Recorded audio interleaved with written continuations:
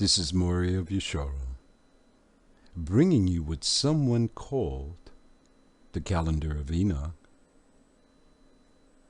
Let's read. The royal remnant of the Most High shall comply to our. Our is a pronoun. It describes a person, place, or thing. Is this our the Most High? No. Hezekiah, Israel, sundial. Is this the Hezekiah? The captain of Yah's army? Well, did Hezekiah in the book create a calendar? Did he make a calendar using a sundial in order to find Passover? That's what this calendar is about. They're looking for Passover on a solar calendar, and then they equated this calendar to Enoch. Is it the Calendar of Enoch? If so, why is it showing you a Pope Gregory count? All right, let's just debunk this really quick. Doesn't take much. How many days does January have? If you said 31, you're right. How many days does February have? If you said 28, you're right. How many days does March have?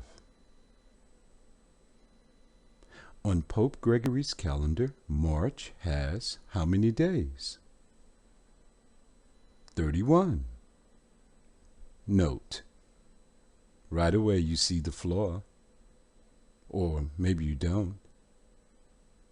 What comes in around the 18th to the 21st of March? It's right there in the box. It's called the vernal equinox. Let me ask you some questions to see if you understand. You answer them. When the equinox comes in, is that the beginning of the year? Or is that the 21st day of the month?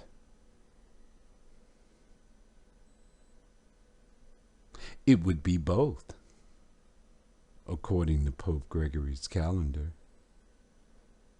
So the beginning of the new year on Pope Gregory's calendar would be March 21st. All right, we add 31, 28, 21. You got 80 days. Hold it. Enoch, the one you call Enoch, his calendar has, not calendar, but illustration, has 2 30-day months and 1 31-day month. And on the 31-day month would be the intercalary day. So let's just say that Pope Gregory says that the first day of the year would be the 21st. The intercalary day would be on the 20th. And on the 21st, the year starts all over. But there's 10 more days left in March after the 21st. Can you see it? Can you understand? All right, they go into April. The whole purpose of this calendar is to bring you to the feast of Baal, the feast of the Gentiles, bring you into the month of Easter. It comes in March and in April.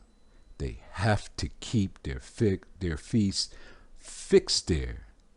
That's why they keep bringing you back to this equinox, so that you can find the feast of the Gentiles. All right, so you got April 1st there. You're going to count 14 days, and you come to your Passover and unleavened bread. It'll be the 14th to the 21st of Nisan. Do you see a problem? Where's the moon?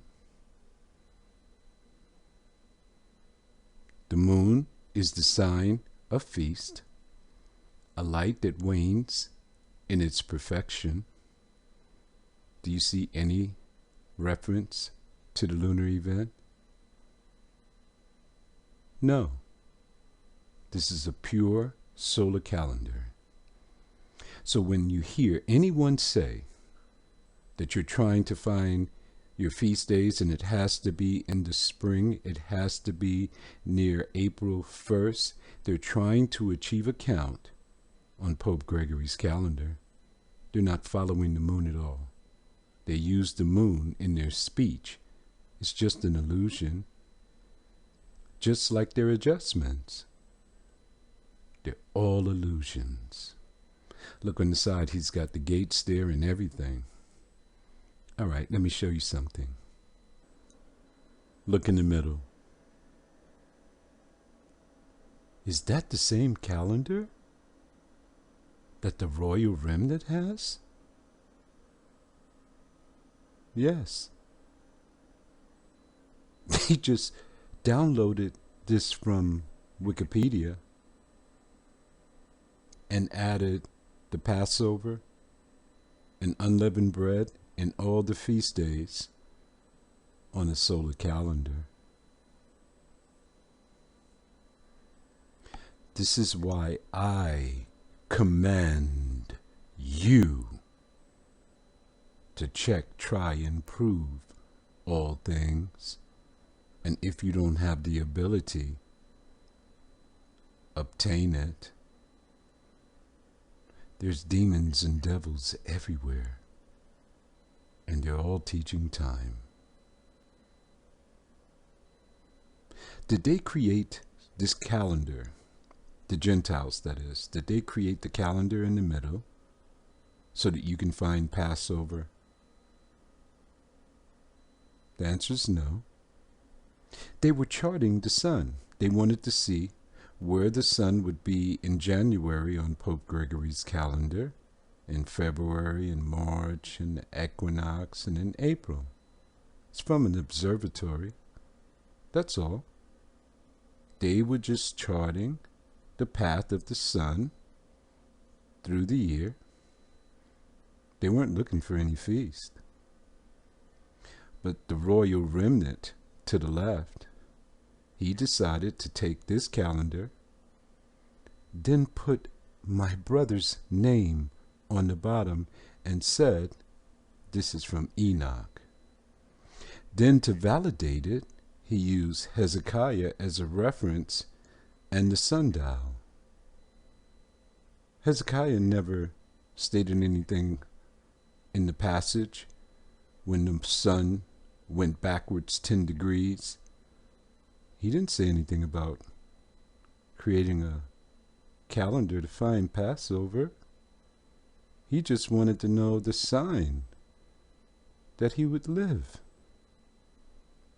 Do you see the delusion that these brothers are in? Look to the right. If Enoch made a calendar, it would look like this. Look at winter. The first month is 30 days, isn't it? January is 31. Second month would be 30 days. February is 28.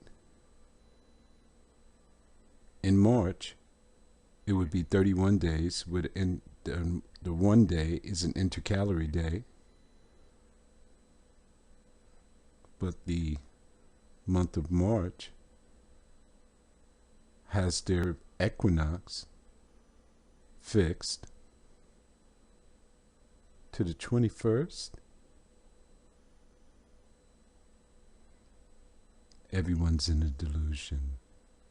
I know that this is very complicated for most people, so let me give you a simple way to know how to find your feast. There's only one way. That Yahuwah says, the moon is the sign of feast, a light that wanes in its perfection. You're not to follow the sun any place. Proof? Go to Leviticus chapter 23. Use the Blue Letter Bible. When you come to the Passover, it's going to say in the first month. Next to month, look for the number. The number would be H2320. The word that you will find there is Hidash. But the Gentiles would say Kodesh. You know, they put the k sound in. The ancient sound is just He-dash. Simple. Hidash is the moon. It's the moon phases. A light that wanes in its perfection. Who told you to follow the moon? Yahuwah.